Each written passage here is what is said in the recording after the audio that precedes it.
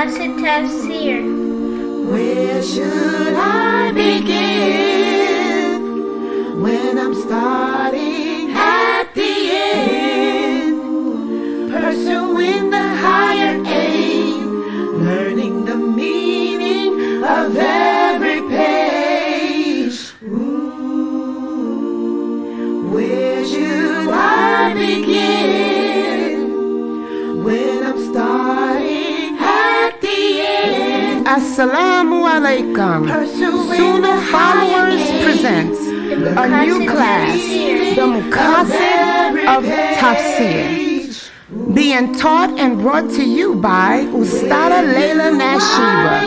Please stay tuned, streaming on all major platforms, right here on channel Sunnahfollowers. Alhamdulillah, wa salat, wa salam ala wa rasulullah. I want to welcome everybody to our new series called the Maqasidic Tafsir.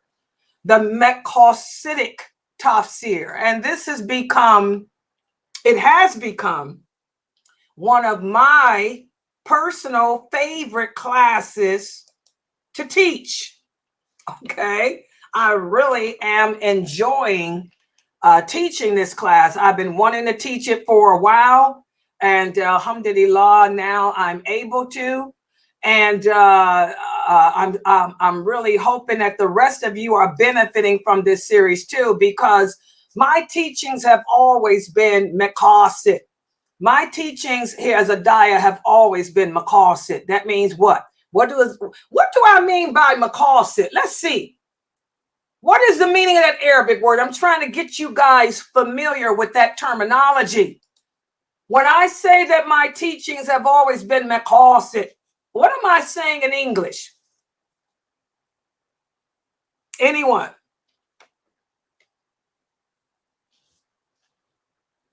Anyone?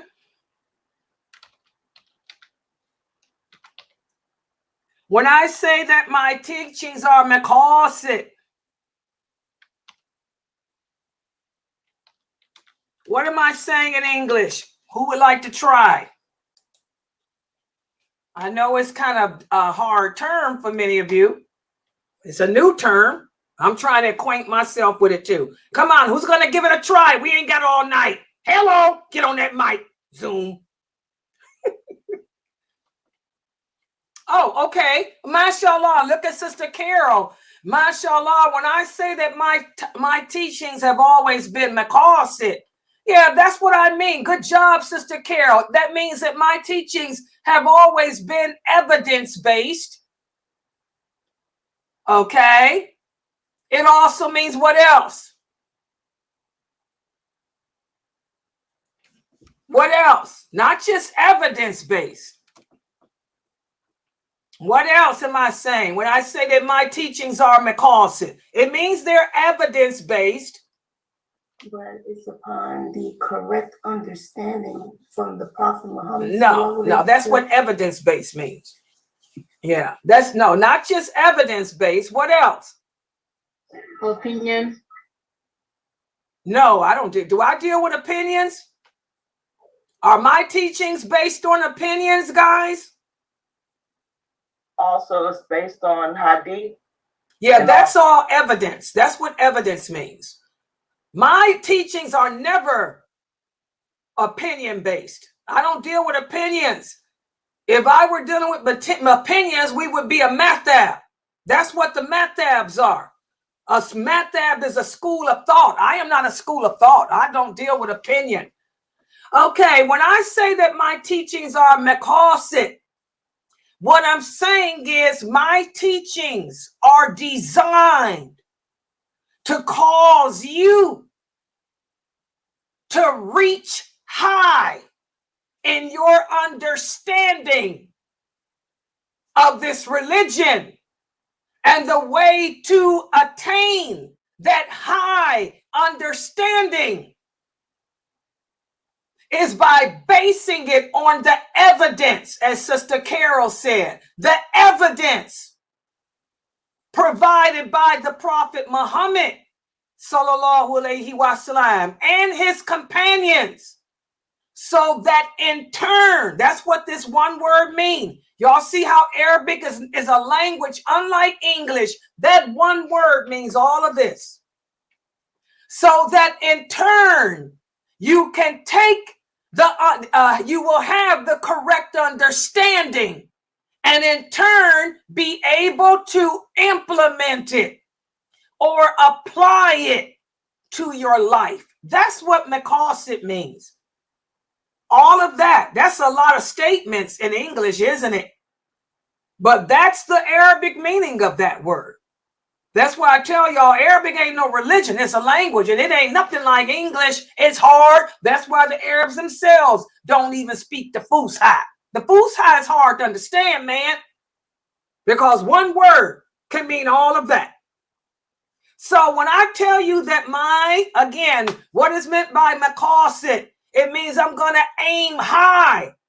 I'm going to aim high to try to grasp the most correct understanding, which is based on the evidence provided by the Prophet Muhammad and those companions. And in turn, I'm going to take that understanding and live by it, apply it to my practical life and live by it. Y'all write that down. That's Maqasid. That's Maqasidic. So I never base anything on opinion. I am against opinions. I've spoken against opinions since day one. Since I was 12, I was taught to stay away from madhabs. Mukhtar's father, may Allah bless him and forgive him of his sins. Mukhtar's father taught us as a kid when I was 8, 9 years old, don't ever deal with nobody's opinion. Don't never deal with anybody's theory. The only opinion that matters in this world is Allah's and the Prophet Muhammad's. And if there's an understanding that we need to have broken down to us, he taught me, you look to see what Aisha's understanding was of it. So don't ever say Layla teaches opinion, because I don't teach that. No. All right, so this has become my favorite class. And today we're going to be covering pages 59 through 63 of the book. And for those of you who have not yet purchased the book, this is a picture of the book. Go to Amazon. In fact, let me put that on here. I'm going to give it, yes. The price, yeah, some of the, okay, I'm going to give you the price. You find it on Amazon. Amazon, and it's $19.99 in American money. $19.99. Okay. Can you people on Twitch see? This is for the people on Twitch. There it is for the Twitchers, the Maqasidic Tafsir. You can buy that on Amazon for $19.99, written by Sheikh Kareem Abu Zaid. That's his picture there. That's why I use his picture. For those of you on YouTube, there it is. The Maqasidic Tafsir. And for those of you on Facebook, there it is. Okay.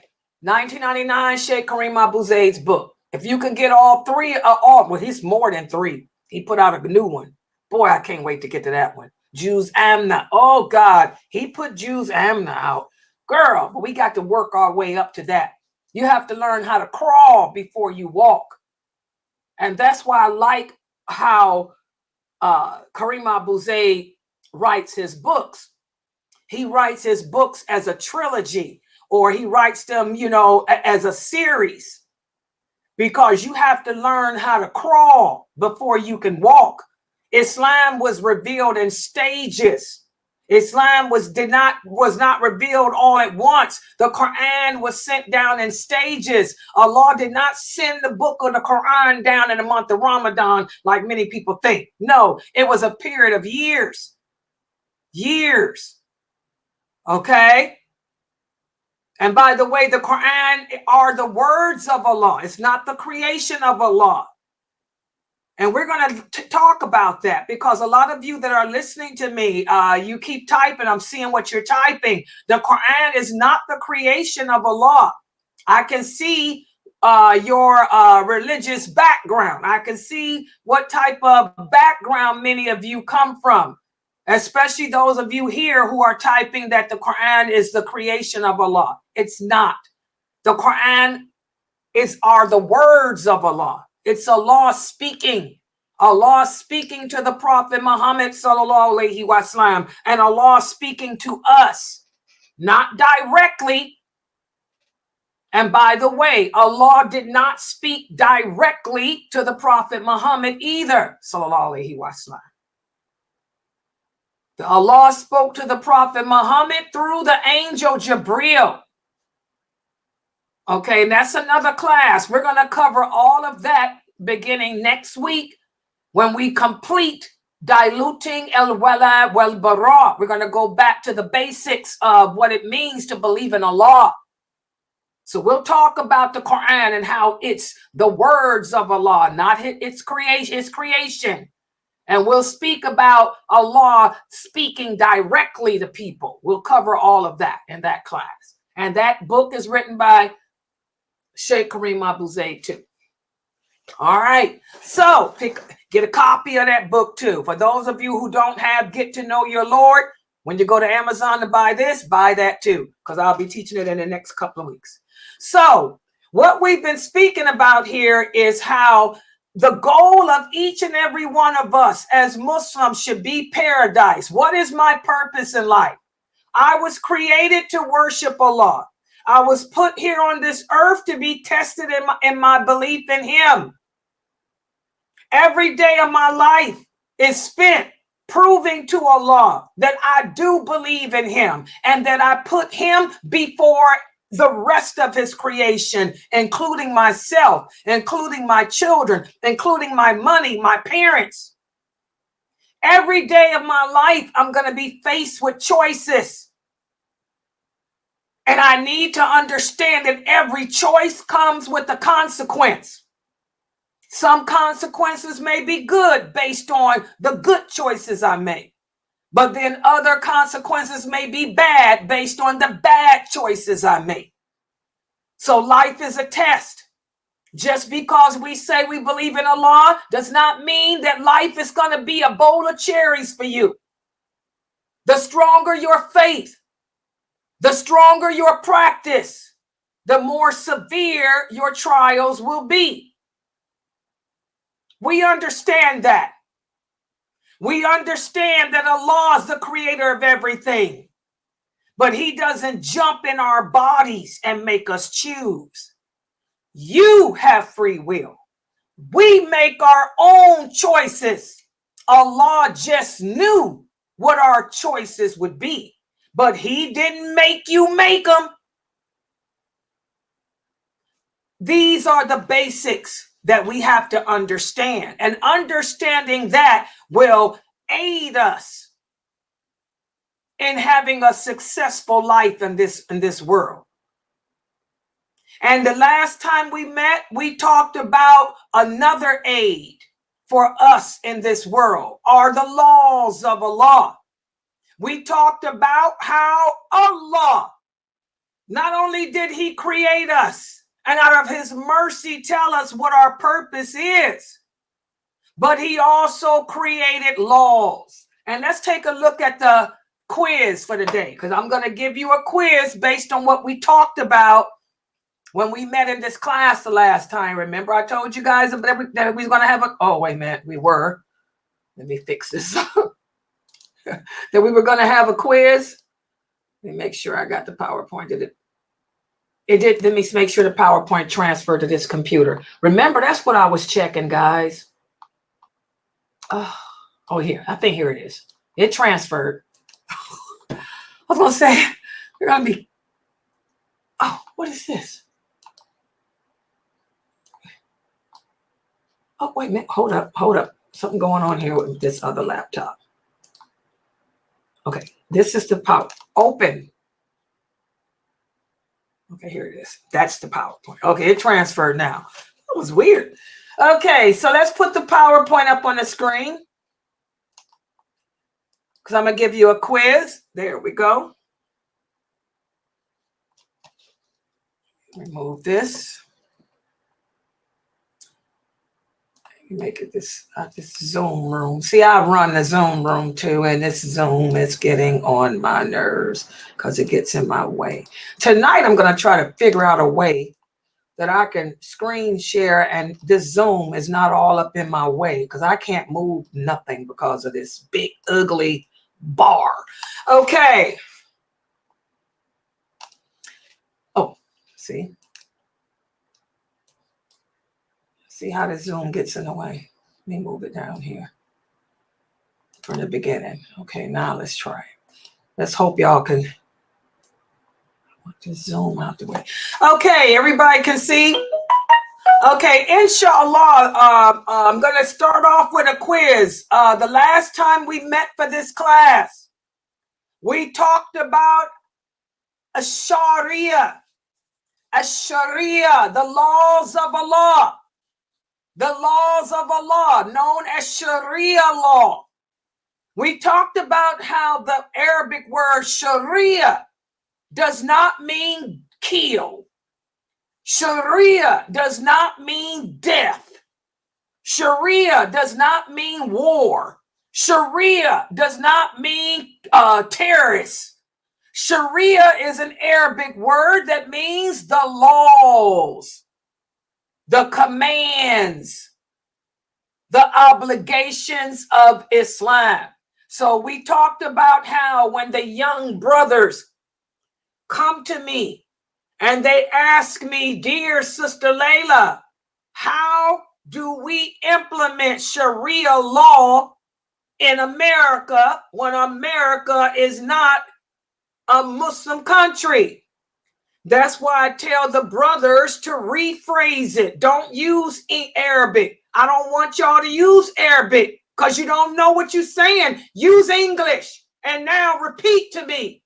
Because if you're using English, the question would be, dear Sister Layla, how am I to implement the laws, the obligations, and the commands of Allah in America?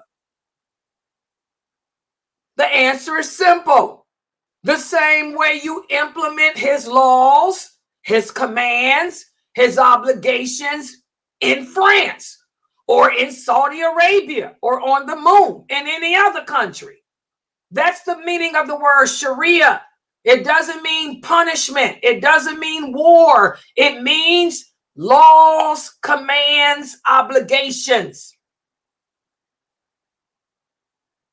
And as Muslims, we are obligated to uphold Allah's laws, to uphold Allah's commands, to uphold Allah's obligations no matter where you are. Okay? And then we talked about how Allah's laws, his commands, his obligations are divided into 3 different categories. And we talked about one of the first categories the last time we met, the category of life, the category of necessity, in other words, the necessities of Allah's laws. And we talked about how that means there are certain things that we are obligated to do.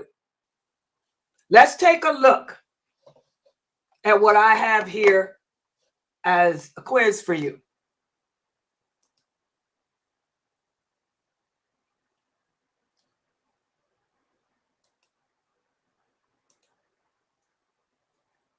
First of all, in order to understand Allah's laws and his obligations and his rules and guidelines, we talked about how we first have to understand why Allah created these things. So this is the first question. And again, this book is very complicated. So that's why I'm explaining it in plain, simple English to you guys. Who can tell me, why did Allah create his laws? Why did he create his guidelines? Right? Why did he create his rules? Why? And remember, to answer this question, you're going to have to fall back on La ilaha illallah. What does that mean? You're going to have to fall back on why you were created, what your purpose in life is. The stuff I spoke about 10 minutes ago. That's why I gave my introduction. So who can tell me, why did Allah create his laws, his rules, his obligations? Why didn't he just leave us to ourselves to create our own laws? And our people in my Zoom room, do not anger me today. That means I want you people in that Zoom room to get on that microphone, or otherwise I'm getting ready to shut it down. Y'all think I won't? Just watch me. Can anybody tell Allah me? Allah created his laws for one to, if you abide by them, it's for your betterment.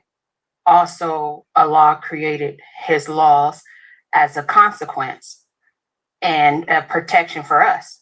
So as far as in us saying our prayers and doing everything that we supposed to do would be a betterment for us. Excellent. Excellent. Why did Allah create these laws, these rules, these obligations? For those Muslims that ask this question and they don't know the answer, it's a sign that they don't know what their purpose in life is. It's a sign that they are lacking and wanting in Aqidah. We have to focus on La ilaha illallah. Like she said, Allah created his laws for us so that we'll be able to make the best of our existence here on this earth. Exactly as Sister Sakina said. Oh, wrong mouse. Allah made the laws to benefit us, to prevent us from doing harm to each other and to ourselves. Good job. Any other reasons? There's a lot of reasons we can come up with as to why Allah created these laws. Good job. Go ahead. And being that our sole purpose in life is to worship Allah, Allah had to create a system that we could abide and look to keep us together and keep that the main focus, that our existence is solely for worshiping Allah. Exactly. That shows how merciful Allah is. Like she said, Allah didn't just tell us what our purpose in life is. Out of his mercy, he showed us how to fulfill it. So he created these laws, these guidelines, these obligations as a means of helping us to reach that ultimate goal, which is his paradise and his pleasure. MashaAllah. And as the brother here typed, good job, Brother Edward. As Brother Edward typed, if Allah did not create the laws that he created, there would be nothing but chaos, because we're human. We don't know what's best for us. Good job, Edward. I'm proud of you. So there's many reasons why Allah created his laws. That's why when you young brothers ask, how can I implement the laws of Allah in America? A person like me, I'm going to look at you like you crazy. Are you an animal? Are you a dog? Are you a cat? Cats and dogs, they don't have free will. So they survive off of what you call that they have within them? Instinct. You're a human being. If Allah didn't create these laws, you'd be given into sex. You would be drinking. You would be destroying yourself. Because as Allah says, humans, we're criminal by nature. We're attracted to everything that's bad for us, everything that's dirty. So Allah is looking out for us. We got to abide by his laws instead of giving in to my own desires. That's why I tell you, brothers, be careful who y'all learning this religion from. A lot of these brothers y'all listening to on YouTube are terrorists. Something's wrong with them. They're teaching y'all garbage. Y'all better stop listening to them, brothers. I don't know what's going on. The youth today is messed up. Okay, good answers from everybody. Let's look at the next question. And I'm on to Sheikh Morsi. Yeah, Sheikh Morsi's here. He told me you make sure you shut it down. I will shut it down. We figured it out. Jamali thinks I'm mean. I ain't mean. I'm just a regular dyer. I don't get participation in Zoom. I'm shutting Zoom down. Because guess what? I can stream right here on my streaming program. I don't need the Zoom room. So if they don't participate, I will click the button. All I got to do is hit a button. The button says close. The Zoom room will close, but guess what? I'll still be here streaming, looking just as pretty. Just as pretty. So I'm on it, Sheikh. My teacher. He don't play. All right. All right. What you got to say, Jamali? Jamali. All right. Next question. So we talked about the necessity. There's a necessity for us to have laws from Allah. Now, Allah didn't give us, Allah allowed us to make up our own laws too. But there are some laws that Allah created because he knows it'll keep us in check. So we talked about the necessity of having Allah's laws.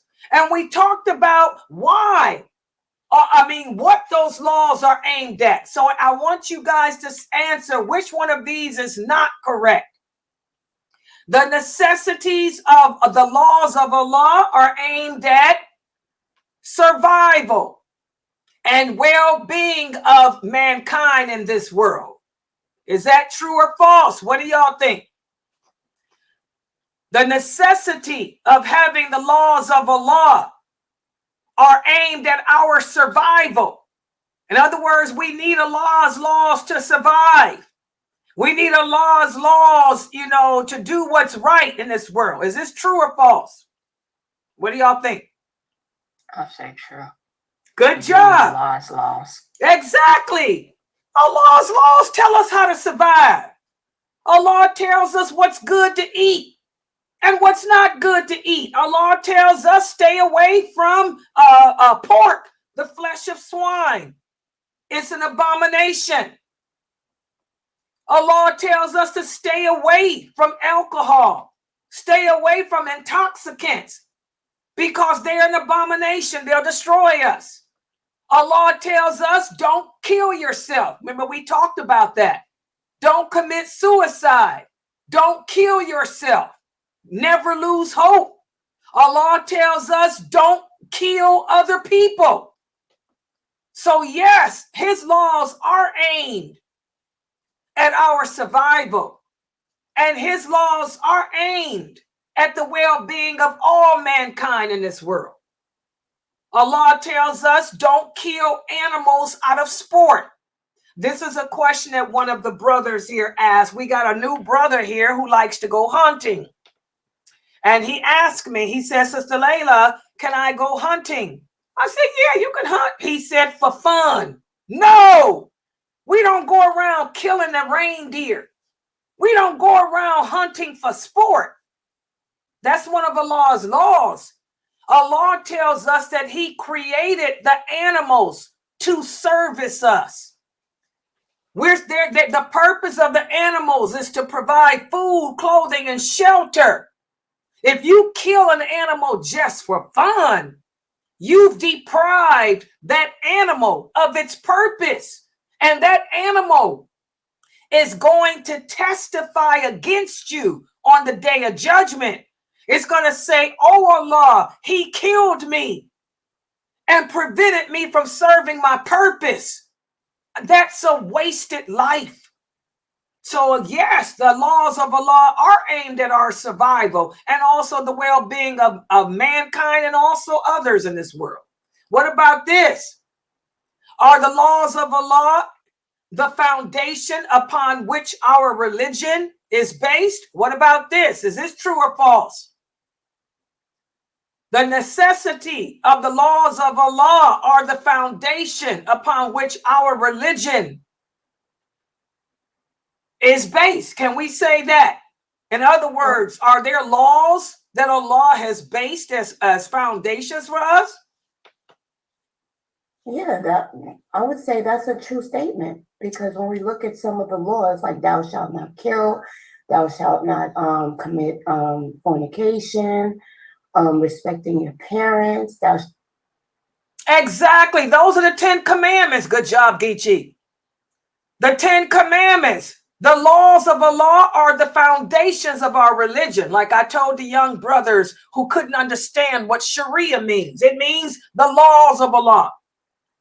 What are the laws of Allah? You got to implement the 10 commandments. Thou shalt not steal. Thou shalt not lie. Thou shalt not commit adultery. Thou shalt not fornicate. Thou shalt not lay with your neighbor's wife. Thou shalt not sodomize. These are the foundations of our existence, the foundations of our religion.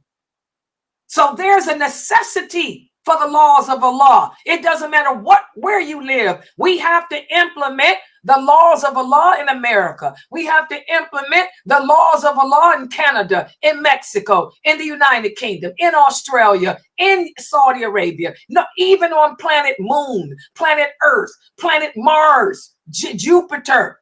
If we were living in a space station, we still have to live by those laws of Allah, because they're aimed at our survival. They're aimed at the well-being of mankind and the rest of the creation, and they are the foundations of our belief.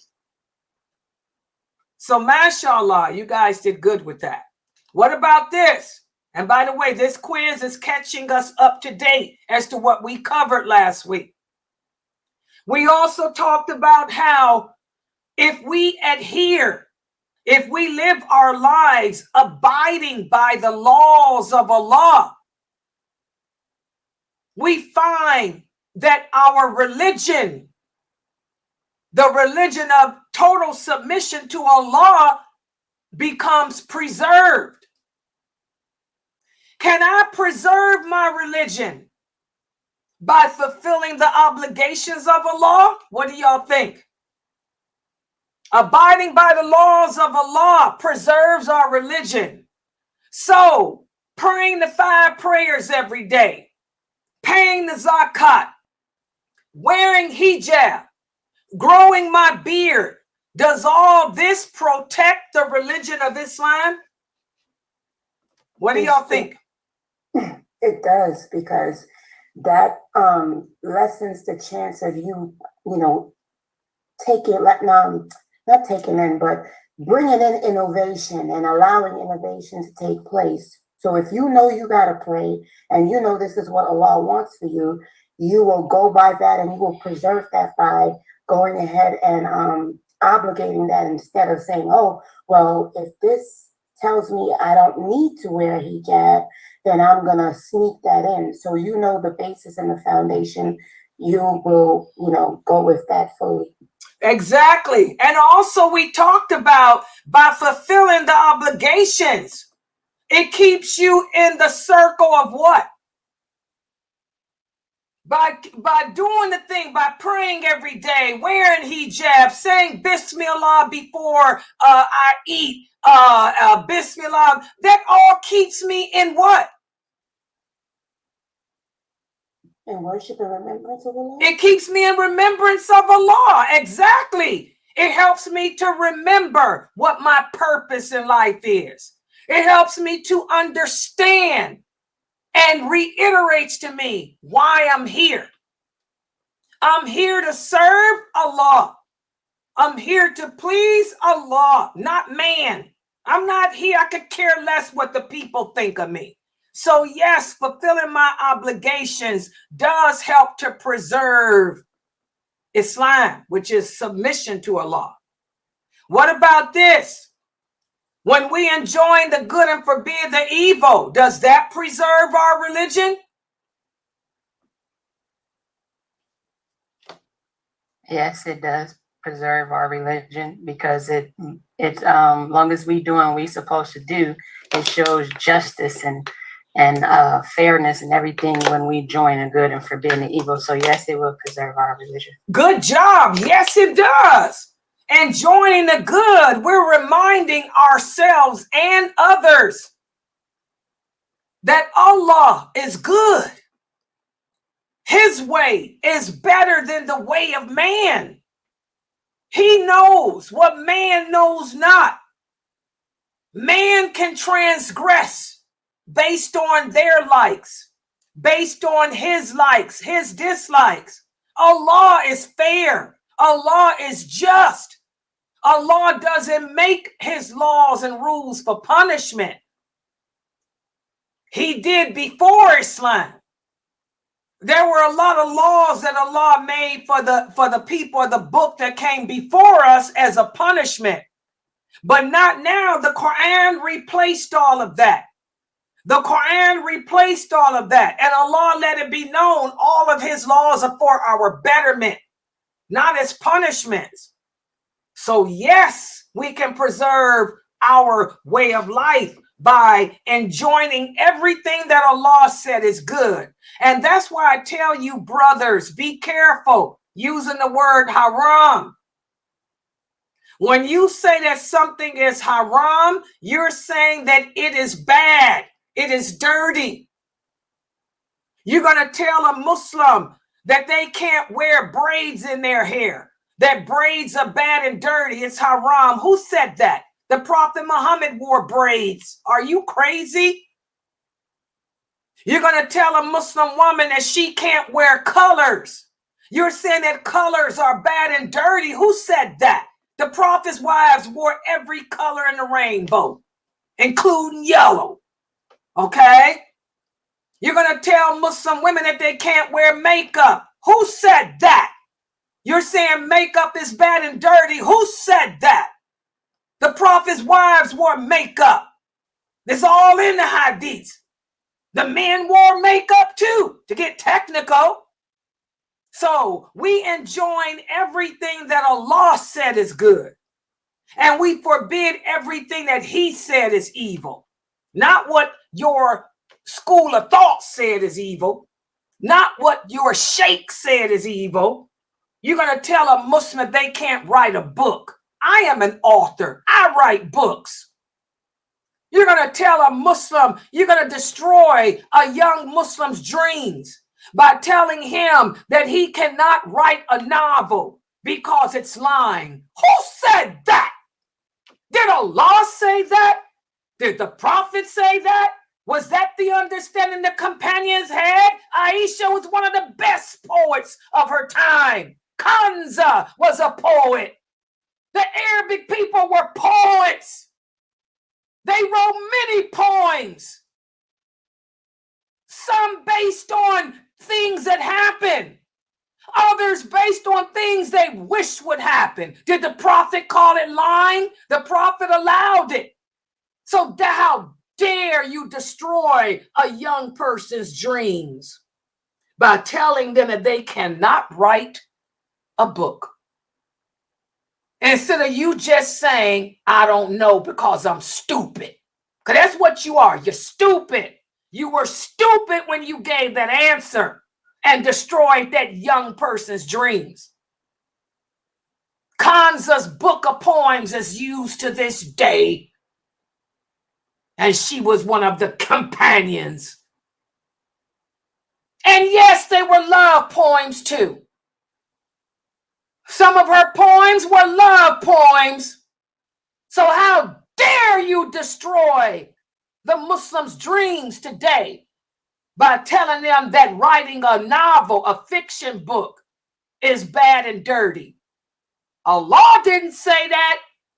That's why I tell y'all, Layla don't deal with opinions. Don't ever accuse me of being, don't ever say that my website is opinion-based, because it ain't. I'm here to destroy the people's opinions. I'm here to destroy them and bring you back to reality, the truth. Okay. What about this? Oh, y'all got the answer right. I'm sorry. Oh, Sister Wefat said, I am so dramatic. You think so, Wefat? It runs in the family. That's that Arabic blood. You're dramatic too. She said, yes, it does. She said, you're so dramatic. Arabs are dramatic people. All right. So now that served as the intro to what we talked about last week. And so now what I'm going to do is continue on with the second category. The second category. So if fast, the people on LinkedIn, I got my LinkedIn brothers and sisters here from the Emirates. I wish y'all could see some of the stuff they're saying. Okay, they typing in Arabic too. None of that Arabic stuff. Y'all know I can't read that because my eyes is too small. Plus, y'all don't use vowels. You got to use vowels. I can't read the Arabic unless it's got vowels. Born in the USA. All right. Okay. Today we're going to speak about the second category. The second category of Allah's laws. And the second category of Allah's laws are to preserve dignity, to preserve your lineage, and to preserve progeny. Okay? This is another reason as to why Allah made the laws he made. Not only for our survival and for our success in this world, but also he made the laws he made to protect our dignity, to protect our family, our property, our children. And what do we mean by this? Well, this necessity directly impacts the Muslim family. Remember, the family is the core of our existence. The family is the first building block in the Muslim community. And so Allah's laws implement intense defense of the next generation. Allah wants to preserve and protect us. So the rights of our children, the rights of our offspring, the rights of our family are protected by Allah. This is why, for example, guys, adoption is haram. One of the new shahadas asked me, can she adopt a child? No, astaghfirullah. Adoption is haram. Allah says that. Adoption destroys the lineage of the family. Adoption destroys the progeny. Okay? When Allah is all about protecting the dignity of the family, Allah is all about protecting the lineage and the progeny. Remember, guys, the kinship. The kinship. After Allah created us, the kinship rose. The kinship has rights, and the kinship is under the throne of Allah. On the day of judgment, when each and every one of us as Muslims go across that Sirat bridge, we will be faced with the Prophet Muhammad. He will be standing at the end of that Sirat bridge, and on his right will be truthfulness, and on his left will be the kinship. And as we walk across that bridge, the kinship is going to call you out if you severed its ties, if you lied about it, if you violated any of its rights. So Allah is all about protecting the kinship. So he's got laws in effect. For example, thou shalt not adopt. Adoption is a sin. It's haram. And I see I got 1, 2, 3. 18, 19, 20. I got 3 sisters who just left the room. And these 3 sisters were new shahadas that had been asking me about this adoption. And I guess they didn't like my answer because I see all 3 of them left. I didn't make the laws.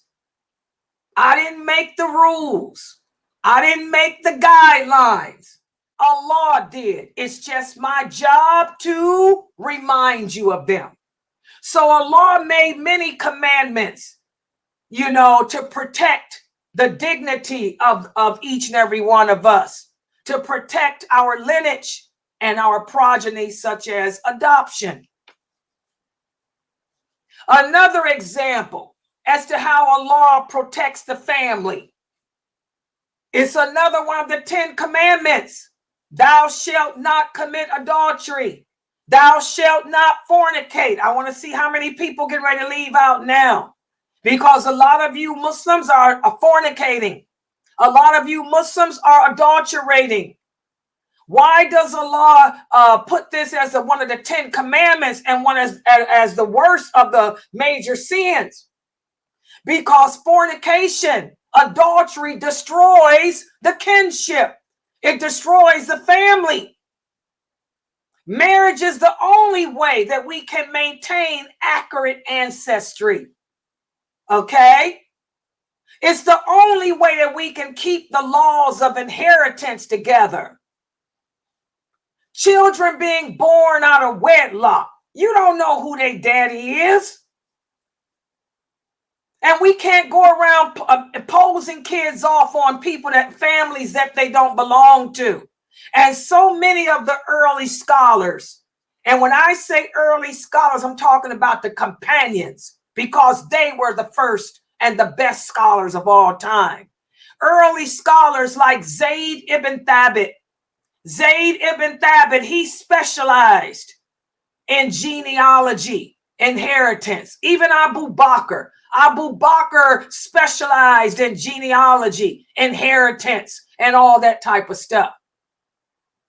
So, fornication is a horrific sin, and it brings about some horrific punishment. And adultery is a horrific sin too, that brings about an even worse punishment. And not only did Allah make laws such as these to protect the family from being violated through lineage, through honor, but also Allah made laws protecting you and me from being slandered too. You cannot accuse women or accuse men of adultery or fornication unless there's proof. For example, Allah says in the interpretation of the meaning, and those who accuse women and then do not produce 4 witnesses, lash them with 80 lashes and do not accept from them testimony ever after that. So if you make an accusation accusing a woman of adultery or fornication even, or accusing a man of adultery or fornication even, and it's a lie, you got to have 4 witnesses. Those witnesses have to have seen them in the act. Those witnesses have to swear by Allah that they actually saw them having relations, not kissing, not talking. They have to have seen them in the act. If they don't have the witnesses, there's a severe punishment.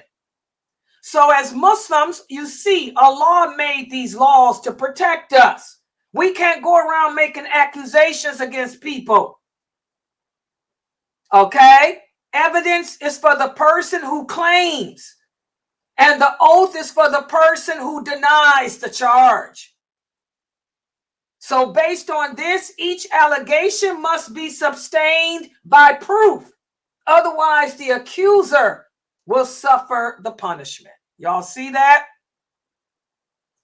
So again, Allah made laws to protect our dignity. There's a need for this because human beings are jealous. Human beings are weak. We can make up lies against each other. Okay, so Allah made these laws to protect the innocent from something as gross as slander concerning adultery, fornication. Also, again, dignity, family, property. These things are sacred in Islam. And that's why Allah made laws such as this.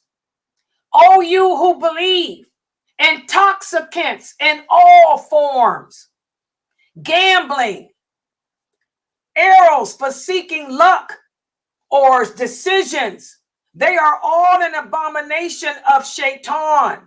So avoid that so that you can be successful. Here, Allah is telling us to stay away from anything that's going to mess up our head, that's going to make us not use our intelligence to the best of our ability.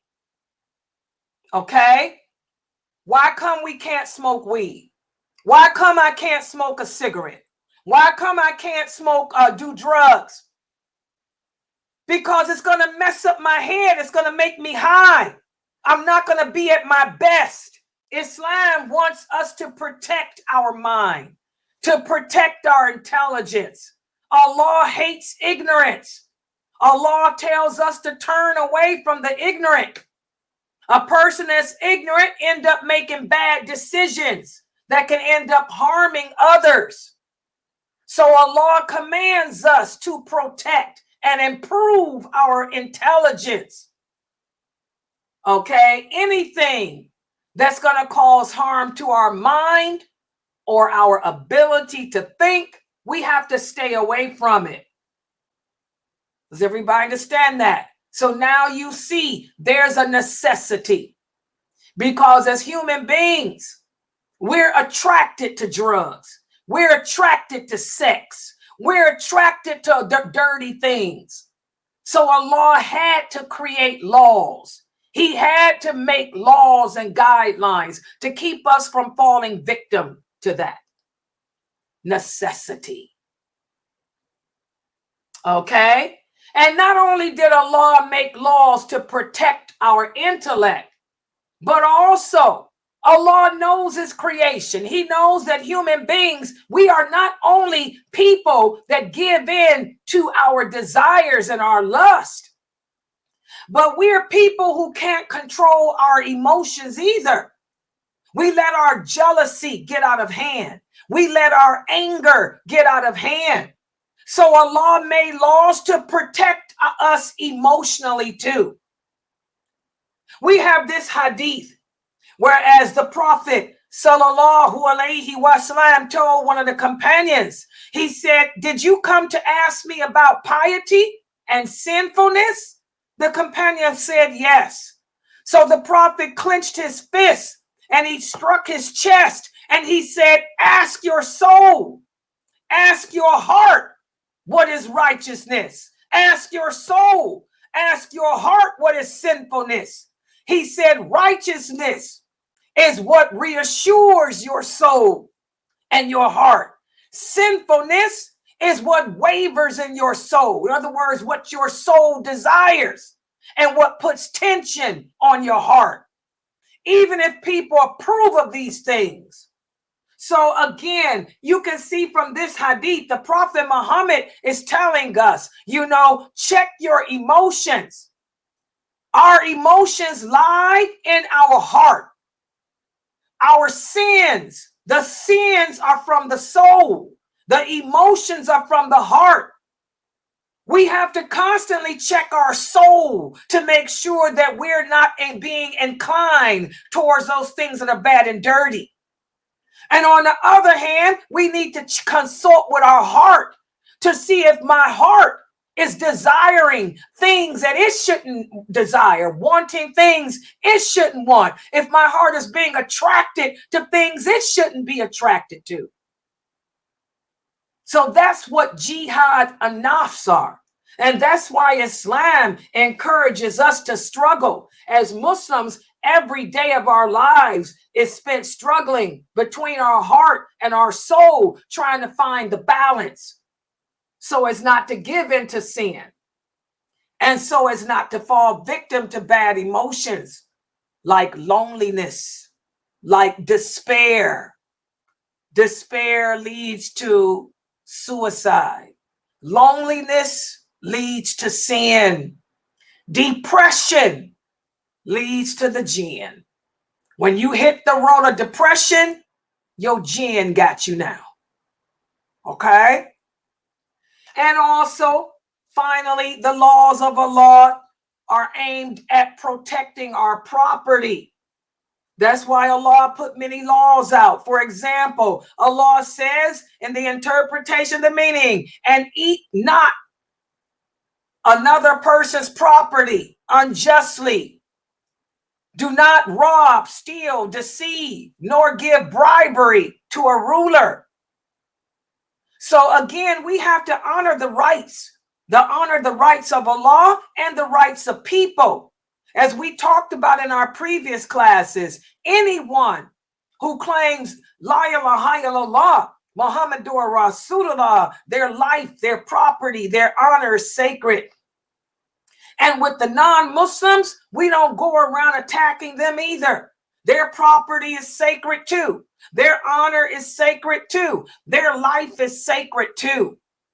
We don't go around stealing from others, killing others just to take what they have. This brings about a big consequence.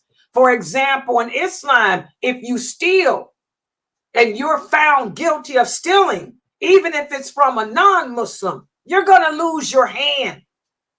That's the law in an Islamic country. In the West, you're caught stealing, you're going to go to jail. You're going to do some time in jail for stealing. And you're not going to get no support from the Muslims because we Muslims enjoin what is good.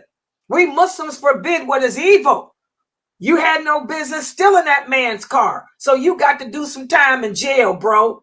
It's just that simple. Okay? So, the Islamic laws has established punishments, and also not only punishments, but Allah's laws have also established severe deterrents to keep you from taking other people's property, to keep you from violating the honor of another Muslim by accusing them unjustly. Listen to what Allah says in regards to the stealing. He says in the interpretation, the meaning, cut off the wrist joint of the right hand of the thief, be it male or female, as a punishment for what they committed and as a way of example from Allah. Okay? We already talked about the punishment for fornication. And adultery is one of the only 3 sins. There's only 3 sins in Islam that bring capital punishment. There's only 3 sins that bring capital punishment, and adultery is one. Why? Because adultery destroys a whole family, a whole nation. Okay? So that's what we wanted to go over today.